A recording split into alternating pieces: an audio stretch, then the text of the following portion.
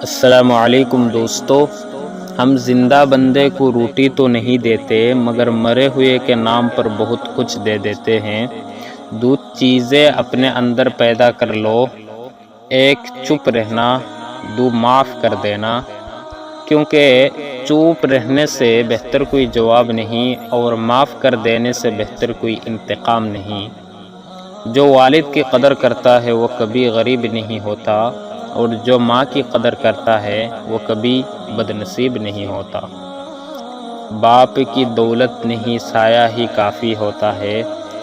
انتقال کے دن قبر کھودنے محلے کا غریب آتا ہے، جبکہ شادی کے دن الگ کھانا امیر کے لیے پکتا ہے۔